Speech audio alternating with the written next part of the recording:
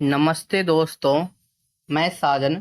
स्वागत है आप सभी का अपने YouTube चैनल एजुकेशन फायर पे। साथियों, जेटेट से संबंधित आज का जो ये क्लास होने वाला है वह हिंदी से संबंधित रस निष्पत्ति से होने वाला है। किससे होने वाला है? रस निष्पत्ति से आज का क्लास होने वाला है। ज्यादा विलंब ना करते हुए चलिए आज की क्लास को आरंभ करते हैं। आज का जो पहला प्रश्न हमारा है वह है, भारतीय काव्य शास्त्र में कितने रस माने हैं? जो भारतीय काव्य शास्त्र होते हैं उसके अंतर्गत कितने रस को माना है? ठीक है, कितने? चलिए इसके ऑप्शन की ओर चलते हैं। इसका जो पहला ऑप्शन है वह है 6, दूसरा है 8, तीसरा है 9 और जो चौथा है वह है 10। इसका जो राइट आंसर दोस्तों वह है option number C is right answer. क्या है? Option number C is right answer. भारतीय काव्य शास्त्र के अनुसार जो 9 रस को माना गया है। कितने रस को माना गया है? 9 रस को माना गया है। ठीक है, चलिए अगले प्रश्न की ओर चलते हैं। अगला प्रश्न हमारा है दूसरा, श्रृंगार रस का स्थायी भाव क्या है? किसका? जो श्रृंगार रस है उसका स्थायी भाव क्या है, यह प्रश्न है। ठीक है, चलिए इसके ऑप्शन को देखते हैं। इसका जो पहला ऑप्शन है वह है रति, दूसरा है हर्ष, तीसरा है क्रोध और जो चौथा है वह है शोक। इसका जो राइट आंसर दोस्तों वह है ऑप्शन नंबर ए इस राइट आंसर। क्या है? रति श्रृंगारस का स्थायी भाव होता है। ठीक है, चलिए अगले प्रश्न की ओर चलते हैं। अगला प्रश्न हमारा है तीसरा। इसमें कह रहा है वीर रस का स्थायी भाव क्या है? क्या है?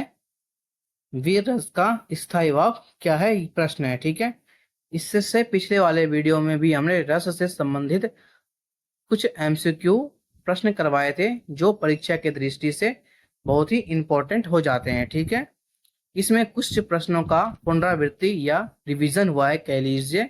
ठीक है, आपको इससे रिवीजन भी हो जाएगा। चलिए इसके ऑप्शन को देखते हैं। इसका जो पहला ऑप्शन है वह है रति, दूसरा है उत्साह, तीसरा है शोक और जो चौथा है वह है करुणा। इसका जो राइट आंसर दोस्तों वह है ऑप्शन नंबर बी इस राइट आंसर। क्या है? ऑप्शन नंबर बी इस राइट आंसर। वी रस का जो स्थायी भाव होता है वो होता है उत्साह। ठीक है, चलिए अगले प्रश्न की ओर चलते हैं। अगला प्रश्न हमारा है चौथा। इसमें कह रहा है रौद्र रस का स्थायी भाव कौन सा होता है? किसका? जो रौद्र रस है उसका स्थायी भाव क्या होता है? ठीक है, क्रोध, रति, उत्साह और चौथा मान लीजिए जुगुप्सा। कौन सा चौथा? जुगुप्सा। ठीक है, इसका जो राइट आंसर दोस्तों वह है ऑप्शन नंबर ए इस राइट आंसर। रौद्र रस का जो स्थायी भाव होता है वह क्रोध को माना जाता है। ठीक है, चलिए अगले प्रश्न की ओर चलते हैं। आज का जो हमारा अगला प्रश्न है वह है पांचवा। करुण रस का स्थायी भाव कौन सा है? किसका? जो करुण रस है उसका स्थायी भाव कौन सा है, यह प्रश्न है। ठीक है, पहला ऑप्शन है उत्साह, दूसरा है शोक, तीसरा है रति और जो चौथा है वह है हर्ष। इसका जो राइट आंसर दोस्तों वह है ऑप्शन नंबर बी इस राइट आंसर। जो करुण रस का स्थायी भाव हो जाता है वह शोक हो जाता है। ठीक है, चलिए अगले प्रश्न की ओर चलते हैं।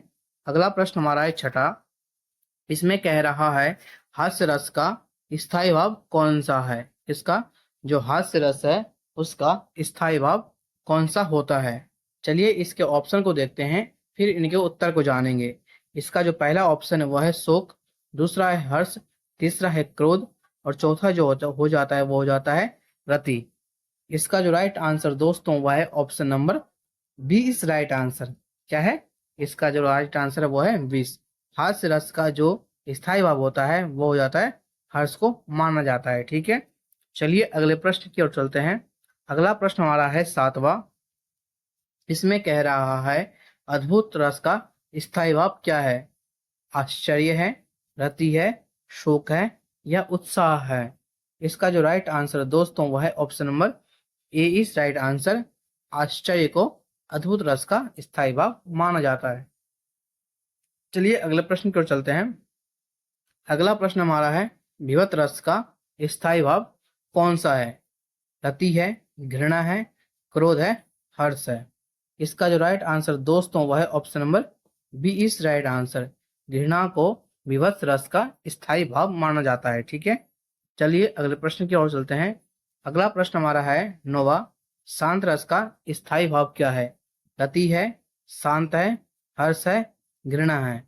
इसका जो राइट आंसर दोस्तों वह है option number B is right answer. क्या है? B is right answer. शांत रस का स्थायी भाव शांत ही होता है। ठीक है, चलिए अगले प्रश्न की ओर चलते हैं। अगला प्रश्न हमारा है 10वां। इससे जो पहले क्वेश्चन से उसमें रस और स्थायी भाव सारे समाप्त हो गए हैं। इससे आगे नया प्रश्न चलेगा। ठीक है, चलिए इसमें देखते हैं इस प्रश्न में क्या कह रहा है। इस प्रश्न में कह रहा है निम्नलिखित में से कौन सा रस प्राचीन काल में रसों का हिस्सा नहीं था परंतु बाद में जोड़ा गया? ऐसा कौन सा रस था जो प्राचीन काल के इतिहास मतलब ग्रंथ में नहीं हिस्सा नहीं था लेकिन उसको बाद में जोड़ा गया? ठीक है, चलिए इसके ऑप्शन को देखते हैं। इसका जो पहला ऑप्शन है वह है श्रृंगार, दूसरा है शांत, तीसरा है वीर और चौथा हो जाता है करुण। ठीक है, इसका जो राइट आंसर दोस्तों वह है option number B is right answer. क्या है? B is right answer. शांत रस को बाद में जोड़ा गया। ठीक है, परीक्षा की दृष्टि से यह प्रश्न बहुत ही महत्वपूर्ण हो जाता है। आपसे यह प्रश्न परीक्षा में पूछे जाने की आशंका भी जताई जाती है। ठीक है, चलिए अगले प्रश्न की ओर चलते हैं। अगला प्रश्न हमारा है अगला प्रश्न हमारा है 11वां। इसमें कह रहा है किस रस को रसों का राजा कहा जाता है? क्या है प्रश्न? एक ऐसा कौन सा रस है जिसको रसों का राजा कहा जाता है? ठीक है, ये कह लीजिए ऐसा कौन सा रस है जो अति उत्तम रस कहलाता है। ठीक है, रसों में। चलिए इसके ऑप्शन को देखते हैं। इसका जो पहला ऑप्शन है वह है वीर, दूसरा है श्रृंगार, तीसरा है करुण और जो चौथा है वह है हास्य। इसका जो राइट आंसर दोस्तों वह है option number B is right answer. क्या है? Option number B is right answer. श्रृंगार रस को रसों का राजा माना जाता है। ठीक है, चलिए अगले प्रश्न की ओर चलते हैं। अगला प्रश्न हमारा है 12वां। इसमें कह रहा है वीर रस के अंतर्गत कितने प्रकार बताए गए हैं? जो वीर रस है उसके अंतर कितने प्रकार बतलाए गए हैं? इसके जो पहला ऑप्शन है 1, दूसरा 2, तीसरा 3 और जो चौथा है वह है 4। इसका जो राइट आंसर दोस्तों वह है option number C is right answer. क्या है? वीर रस के अंतर्गत 3 प्रकार के बतलाए गए हैं। चलिए अगले प्रश्न की ओर चलते हैं। अगला प्रश्न हमारा है 13वां। इसमें कह रहा है भारतीय काव्य शास्त्र के अनुसार रस का मूल्य उद्देश्य क्या है? जो रस होता है उसका मूल्य उद्देश्य क्या हो जाता है भारतीय काव्य शास्त्र के अनुसार? चलिए इसके ऑप्शन को देखते हैं। इसका जो पहला ऑप्शन है वह है मनोरंजन, दूसरा है शिक्षा, तीसरा है आनंद की अनुभूति, चौथा है सामाजिक संदेश। इसका जो राइट आंसर दोस्तों वह है option number C is right answer. क्या है? C is right answer. आनंद की अनुभूति इसका राइट आंसर है। ठीक है, जो भारतीय काव्य शास्त्र के अनुसार रस का मूल्य उद्देश्य आनंद की अनुभूति हो जाता है। चलिए अगले प्रश्न की ओर चलते हैं। अगला प्रश्न हमारा है किस आचार्य ने रस सिद्धांत का प्रतिपादन किया? क्या है प्रश्न? कौन सा ऐसा आचार्य थे जिन्होंने रस का प्रतिपादन किया? चलिए इनके ऑप्शन को देखते हैं। इसका जो पहला ऑप्शन है वह है भरत मुनि, दूसरा है आचार्य वामन, तीसरा है आचार्य कुंतक, चौथा है वह है आचार्य मम्मट। साथियों आपको बता दें ये सारे आचार्य रस और अलंकार से संबंधित है। ठीक है, इसका जो राइट आंसर दोस्तों वह है option number A is right answer. Bharat मुनि जी को रस सिद्धांत का प्रतिपादन माना जाता है। ठीक है, चलिए अगले प्रश्न की ओर चलते हैं। अगला प्रश्न हमारा है 15वां। भरत मुनि द्वारा लिखी गई प्रसिद्ध रचना कौन सी है? किनके द्वारा? जो भरत मुनि है उनके द्वारा लिखी गई प्रसिद्ध रचना कौन सी है? ठीक है, विज्ञान शकुंतलम है, नाट्य शास्त्र है, कुमार संभव है या मेघदूत है? ठीक है, अभिज्ञान शकुंतलम, कुमार संभव और मेघदूत, ये तीनों जो ग्रंथ है वह किसके द्वारा लिखित है? वह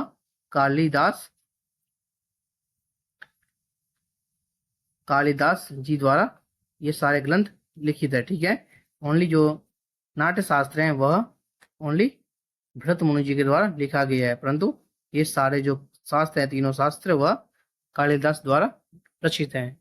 चलिए अगले प्रश्न की ओर चलते हैं। अगला प्रश्न हमारा है 16वां। इसमें कह रहा है रस का संयोग किसके साथ होता है? जो रस होता है उसका संयोग किसके साथ होता है, यह प्रश्न है। चलिए इसका जो पहला ऑप्शन है वह है विभाव, अनुभाव और व्यभिचारी भाव। दूसरा ऑप्शन है केवल विभाव। तीसरा ऑप्शन है केवल अनुभाव और चौथा जो ऑप्शन है वह है केवल स्थायी भाव। इसका जो राइट आंसर दोस्तों वह है option number A is right answer. क्या है? विभाव, अनुभाव और व्यभिचारी भाव के द्वारा संयोग होता है किसका? रसों का। ठीक है, चलिए अगले प्रश्न की ओर चलते हैं। अगला प्रश्न हमारा है 17वां। इसमें कह रहा है विभाव किसे कहते हैं? जो विभाव है वह क्या चीज होता है, यह प्रश्न है। स्थायी भाव को प्रकट करने वाला, श्रृंगार का रूप, काव्य का अलंकार, चौथा है रस का स्वरूप। इसका जो राइट आंसर दोस्तों वह है option number A is right answer. क्या है? ए इज राइट आंसर। स्थायी भाव को प्रकट करने वाले को विभाव कहते हैं। ठीक है, चलिए अगले प्रश्न की ओर चलते हैं। अगला प्रश्न हमारा है 18वां। इसमें कह रहा है अनुभाव किसे कहते हैं? जो अनुभाव होता है वह किसे कहते हैं? भावनाओं की अभिव्यक्ति को कहते हैं, काव्य का अंत होता है, रस का स्वरूप होता है, विभाव का प्रकार होता है। इसका जो राइट आंसर दोस्तों वह है option number A is right answer. भावनाओं की अभिव्यक्ति को अनुभाव कहते हैं। ठीक है, चलिए अगले प्रश्न की ओर चलते हैं। अगला प्रश्न हमारा हो जाता है 19वां। इसमें कह रहा है व्यभिचारी भाव क्या होता है? स्थायी भाव को प्रकट करने वाला, विभव और अनुभाव का संयोग, स्थायी भाव और नकारात्मक भाव। इसका जो राइट आंसर दोस्तों वह है option number C is right answer. क्या है? ऑप्शन नंबर अस्थायी भाव को व्यभिचारी भाव कहते हैं। ठीक है, चलिए अगले प्रश्न की ओर चलते हैं। अगला प्रश्न हमारा है 20वां। इसमें कह रहा है निम्नलिखित में से कौन सा भाव स्थायी भाव का हिस्सा नहीं है? ऐसा कौन सा भाव है जो स्थायी भाव का हिस्सा नहीं है? चलिए इसके ऑप्शन को देखते हैं। इसका जो पहला ऑप्शन है वह है रति, दूसरा है उत्साह, तीसरा है हर्ष, चौथा है आक्रोश। इसका जो राइट आंसर दोस्तों वह है ऑप्शन नंबर, क्या है इसका? Option number D is right answer. आक्रोश को स्थायी भाव का हिस्सा नहीं मानते हैं। ठीक है, अगला प्रश्न हमारा है कौन सा रस दुख का अनुभव करता है? क्या है प्रश्न? ऐसा कौन सा रस है जो दुख का अनुभव करता है? ठीक है, चलिए इसके ऑप्शन को देखते हैं। इसका जो पहला ऑप्शन है वह है करुण, दूसरा है हास्य, तीसरा है श्रृंगार और जो चौथा है वह है अद्भुत। इसका जो राइट आंसर दोस्तों वह है option number A is right answer. क्या है? करुण जो रस है वह अनुभव करता है किसका? दुख का। ठीक है, चलिए अगले प्रश्न की ओर चलते हैं। अगला प्रश्न हमारा है 22वां। इसमें कह रहा है किस रस में आनंद की अनुभूति होती है? क्या है प्रश्न? ऐसा कौन सा रस है जिसमें आनंद की अनुभूति होती है? चलिए इसके ऑप्शन को देखते हैं। इसका जो पहला ऑप्शन है वह है वीर, दूसरा है करुण, तीसरा है श्रृंगार और जो चौथा है वह है विभत्स। इसका जो राइट आंसर दोस्तों वह है option number C is right answer. क्या है? ऑप्शन नंबर इसका जो राइट आंसर है श्रृंगार रस में आनंद की अनुभूति होती है। ठीक है, चलिए अगले प्रश्न की ओर चलते हैं। अगला प्रश्न हमारा है कौन सा रस डर से संबंधित है? क्या है प्रश्न? ऐसा कौन सा रस है जो डर से संबंध रखता है? ठीक है, श्रृंगार रस, भयानक रस, हास्य रस या रौद्र रस। इसका जो राइट आंसर दोस्तों वह है option number B is right answer. जो भयानक रस है वह डर से संबंधित रखता है। ठीक है, साथियों मैं आपसे बार बार कह रहा हूँ ये जितने भी प्रश्न है वह परीक्षा की दृष्टि से इम्पोर्टेंट है, क्योंकि आप में जितने भी सिलेबस में टॉपिक दे रखे हैं उनमें से एक न एक प्रश्न परीक्षक को पूछना ही होता है, ठीक है। और जो मैं आपको प्रश्न करा रहा हूँ, आपको एक टॉपिक के अंतर्गत लगभग 30 प्रश्न मैं करवा रहा हूँ इस वीडियो के माध्यम से, ठीक है। चलिए अगले प्रश्न की ओर चलते हैं। अगला प्रश्न हमारा हो जाता है 24वां। इसमें कह रहा है रस का किस तत्व के साथ संबंध होता है। क्या प्रश्न, जो रस होता है वह किस तत्व के साथ उसका संबंध होता है, यह प्रश्न है। छंद के साथ, अलंकार के साथ, भाव के साथ या भाषा के साथ। इसका जो राइट आंसर दोस्तों वह है option number C is right answer. क्या है? Option number C is right answer. किसके साथ होता है? वह भाव के साथ, रस भाव तत्व के साथ संबंध होता है। किसका? रस का, ठीक है। चलिए अगले प्रश्न की ओर चलते हैं। अगला प्रश्न हमारा 25वां। इसमें कह रहा है करुण रस की अनुभूति कब होती है। किसकी? जो करुण रस है इसकी अनुभूति हमें कब होती है, यह प्रश्न है, ठीक है। पहला ऑप्शन इसका शोक के समय, दूसरा है खुशी के समय, तीसरा है क्रोध के समय और जो चौथा है वह है प्रेम के समय, ठीक है। इसका जो राइट आंसर दोस्तों वह है option number A is right answer. शोक के समय हमें करुण रस की अनुभूति महसूस होती है, ठीक है। चलिए अगले प्रश्न की ओर चलते हैं। अगला प्रश्न हमारा है 26वां। इसमें कह रहा है भारतीय काव्य शास्त्र में रस सिद्धांत का किस ग्रंथ में प्रमुख रूप से वर्णित किया है। किसमें? ऐसा कौन सा ग्रंथ है, सिद्धांत ग्रंथ है जिसमें रस का सिद्धांत का वर्णित किया गया है भारतीय काव्य शास्त्र के अनुसार। महाभारत में, नाट्यशास्त्र में, रामायण में, गीता में। इसका आंसर दोस्तों आप हमें कमेंट करके बताएंगे, ठीक है। चलिए अगले प्रश्न की ओर चलते हैं। अगला प्रश्न हमारा है 27वां। इसमें कह रहा है हास्य रस के अंतर्गत कौन सा भाव आता है। जो हास्य रस होता है उसके अंतर्गत कौन सा भाव आता है, यह प्रश्न है। हर्ष, शोक, रति या उत्साह। इसका जो राइट आंसर दोस्तों वह है option number A is right answer. कौन सा है? हास्य रस के अंतर्गत हर्ष भाव का अनुभव हमें प्राप्त होता है, ठीक है। चलिए अगले प्रश्न की ओर चलते हैं। अगला प्रश्न हमारा है 28वां। इसमें कह रहा है अद्भुत रस किस भाव को दर्शाता है। कौन सा रस? ये जो अद्भुत रस है यह किस भाव को दर्शाता है, यह प्रश्न है। इसका जो पहला ऑप्शन है वह है आश्चर्य को, दूसरा है प्रेम को, तीसरा है क्रोध को और जो चौथा है वह है हर्ष को। इसका जो राइट आंसर दोस्तों वह है ऑप्शन नंबर ए इस राइट आंसर। क्या है? वह आश्चर्य भाव को हमें प्रस्तुत करता है, यह दर्शाता है। चलिए अगले प्रश्न की ओर चलते हैं। अगला प्रश्न हमारा है 29वां। इसमें कह रहा है किस रस का स्थायी भाव भय होता है। क्या है प्रश्न? किस रस का स्थायी भाव भय होता है। श्रृंगार का होता है, भयानक का होता है, वीर का होता है या रौद्र का होता है। इसका जो राइट आंसर दोस्तों वह option number B is right answer, ठीक है। चलिए अगले प्रश्न की ओर चलते हैं। अगला प्रश्न हमारा है और आखिरी प्रश्न हमारा है 30वां। श्रृंगार रस कितने प्रकार का होता है। कौन सा रस? जो श्रृंगार रस होता है वह कितने प्रकार का होता है। इसका जो पहला ऑप्शन है 1, दूसरा है 2, तीसरा है 3, चौथा है 4। इसका जो राइट आंसर दोस्तों वह है option number B is right answer. श्रृंगार रस 2 प्रकार के होते हैं। पहला होता है संयोग, क्या होता है पहला? संयोग। दूसरा होता है वियोग, ठीक है। चलिए दोस्तों आज की क्लास यहीं समाप्त होती है।